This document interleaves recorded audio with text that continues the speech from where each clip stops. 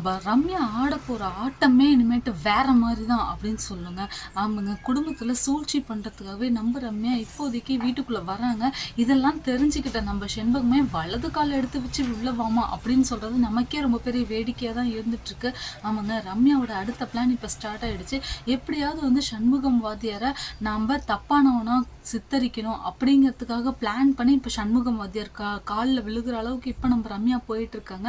ஆனால் நம்ம சண்முகம் வாத்தியாரோ ஒரே துரத்தி விட்டு அவர் பாட்டுக்கு அவர் வேலை உண்டு அவர் உண்டுன்னு கிளம்பி போயிட்டே இருக்காரு அப்படின்னு தாங்க சொல்லணும். பத்தாவதுக்கு இப்போ மணிமொழியை கைக்குள்ளே போட்டுக்கிட்டு நம்ம ரம்யாவோ இப்போ போடுற ஆட்டமும் பயங்கரமாக இருக்குது. ரம்யா வந்து இப்போ மணிமொழிக்கு வைக்கக்கூடிய ஒரு பெரிய ஆப்பு என்ன அப்படின்னு பார்த்தீங்கன்னா நம்ம கட்டக்குண்டு கவுன்சிலர் ஆக்குறது அப்படின்னு சொன்னது தாங்க. அதை நம்பிட்டு தான் இப்போ மணிமொழியும் ஒவ்வொரு ஆட்டம் போட்டுட்ருக்காங்க. ஆனால் கட்டக்குண்டுக்கு வைக்க போகிற ஆப்பு இன்னும் ரம்யா பயங்கரமாக இருக்க போகுது. நம்ம ரம்யா போடுற பிளானிங் தெரியாமலே இவங்க ரெண்டு பேரும் அன்னத்துக்கு எதிராக போயிட்டு இருக்காங்க அப்படின்னு தான் சொல்லணும்.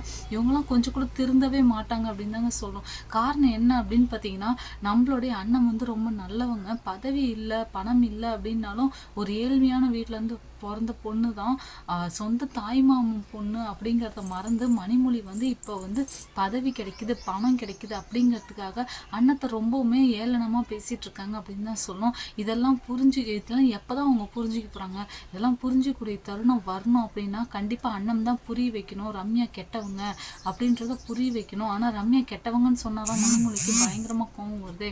ஆனால் இதுக்கு மேலே நம்மளுடைய மணிமொழி இப்போ என்ன பண்ண போகிறாங்க அப்படிங்கிறதுன்னு புரியவே இல்லை. அடுத்த நம்ம ரம்யா காய் நகர்த்த போகிறது எப்படி அப்படின்னு பார்த்தீங்கன்னா நம்ம மணிமொழியை வச்சு தாங்க காய் நகர்த்த போகிறாங்க. அது ஏன் எப்படின்னு பார்த்தீங்கன்னா, நம்ம மணிமொழியோ இப்போ வந்து ஒரு பயங்கர சந்தோஷத்தில் வந்துட்டு இருக்காங்க. பழையபடி நம்ம வீட்டுக்குள்ளே வந்துட்டோம் அப்படின்னு. ஆனால் இனிமேட்டுக்கு நாத்தனார் கொடுமை எப்படி இருக்கும் அப்படின்றத மணிமொழியை கையில் வச்சுக்கிட்டு நம்ம அண்ணத்தை டார்ச்சர் பண்ண போகிறாங்க. நம்ம ரம்யாவோட பிளானிங் படி தான் இனிமேட்டு மணிமொழி ஆட போகிறாங்க அப்படின்னு சொல்லணும். பத்தாவதுக்கு நம்மளுடைய சரவணனுக்கு தான் அப்பாவை கடத்தினது கொலை பண்ண பார்த்ததெல்லாம் ஒரு பெரிய விஷயமாவே தெரியல. ஆனால் இதெல்லாம் தெரியாமலே நம்மளுடைய சரவணன் பார்த்தீங்கன்னா இப்போ வந்து நம்ம ரம்யாவை மேடம்னு சொல்லி பின்னாடியே அலைஞ்சிட்டு இருக்காரு. அவருக்கே கொஞ்சம் கூட வெக்கமாக இல்லையா அப்படிங்கிறது இன்னும் புரியவே இல்லை.